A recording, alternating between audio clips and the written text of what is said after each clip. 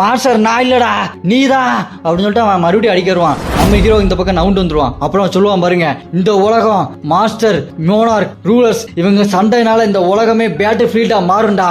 நீ காப்பாத்துற இந்த உலகம், நீ காப்பாத்துற ஒவ்வொரு உயிர் எல்லாமே இந்த வாரில் சாம்பலா போகும் அப்படின்னு சொல்லுவான் பாருங்க. அதுக்கு நம்ம ஹீரோவோ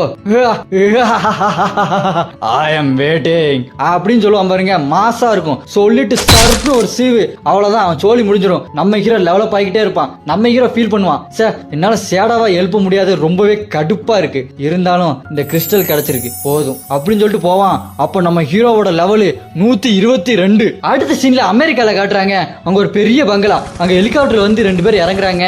வாசல்ல ஒருத்தர் நிக்கிறான். யாருன்னு பார்த்தா அவன் தான் கிறிஸ்டோபர் ரைடு, நேஷனல் ஹண்டர். அவன் வெயிட் பண்ணிட்டு இருக்க. 2 பேர் வராங்க. யாருன்னு பார்த்தா லேடி செல்லரும் டெப்யூட்டி டைரக்டரும் வந்து இருப்பாங்க. உங்களுக்கு லேடி செல்லர் யாரும் தெரியலனா நான் அவங்கள பத்தி ஒரு வீடியோ போட்டிருக்கேன், டிஸ்கிரிப்ஷன்ல அதோட லிங்க் கொடுக்குறேன், நீங்க அதை தொட்டு பார்த்துட்டு வாங்க. அந்த நேஷனல் ஹண்டர் கிறிஸ்டோபரோ என்ன திடீர்னு இந்த பக்கம், சரி வாங்க உள்ள போய் உட்காந்து பேசலாம், என்ன விஷயம், ஏதாவது எஸ்ரைன் கேட்ட பத்தி பேசணுமா அப்படின்னு கேட்டோன்னே லேடி செல்லரோ இல்ல நாங்க அதை பத்தி பேச வரல அப்படின்னு சொன்னோன்னே, எஸ்ரைன் கேட்ட பத்தி பேச வரலன்னா அப்படி என்ன பெரிய விஷயமா இருக்கும் அப்படின்னு கேட்டோன்னே, அதுக்கு அந்த லேடி செல்லரோ நான் கொஞ்ச நாளைக்கு முன்னாடி ஒரு கனவு கண்டேன், அதுல நீங்க வருங்காலத்துல இன்னும் கொஞ்ச நாள்ல உங்களை கொலை பண்ண போறாங்க அப்படின்னு சொன்னா அவன் முழிப்பான். என்ன செல்லர் இந்த மாதிரி காமெடி பண்ணிட்டு இருக்கீங்க, நீங்க நிறைய எனக்கு உதவி பண்ணிருக்கீங்க, இருந்தாலும் இந்த மாதிரிலாம் பேசிட்டு இருக்காதீங்க, யாரு கொல்றது, நான் ஒரு நேஷனல் ரேங்க் ஹண்டர், என்ன கொல்ல எவனுக்கு பவர் இருக்கு அப்படி பேசிட்டே இருக்கும்போது இல்ல சொல்றது கேளுங்க அப்படின்னு அந்த லேடி செல்லரி சொல்லுவா. ஒரு குரூப்பா வந்து உங்களை கொல்ல போறாங்க அப்படின்னு சொல்லும் போது அதுக்கு அந்த நேஷனல் ஹண்டரோ சரி உங்க கனவுல வந்து நம்ம உண்மையே நம்புவோமே, அப்படி என்ன யாரோ கொல்ல வராங்கன்னு வச்சுக்கோங்க, என்ன காப்பாத்துற அளவுக்கு,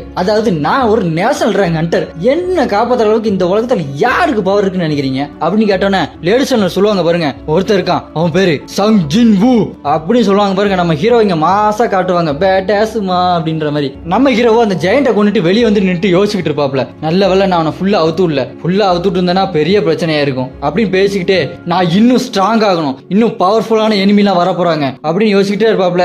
அப்புறம் நியூஸ் எல்லாரும் பாக்குற மாதிரி காட்டுவாங்க, ஜப்பான்ல இருக்கிற எல்லா ஜெயின்ஸையும் அழிச்சாச்சு, நம்மளுக்கு ஒரு புது நேஷனல் லெவல் ஹண்டர் கிடைச்சிட்டாரு அப்படின்னு நியூஸ்ல ஓடிட்டே இருக்கும். அப்புறம் ஜெயின்ஸ் ஜப்பான் மட்டும் இல்ல கடல் கடந்து சைனாக்கு போகவும் ட்ரை பண்ணிச்சு அப்படின்னு சொல்லிட்டு இருக்கும்போது அங்க நேஷனல் ஹண்டர் லீயை காட்டுறாங்க. அவன் அந்த ஜெயின்ஸை கொண்டுட்டு அப்படி மேலேயே உட்காந்துட்டு இருக்கான் கெத்தா.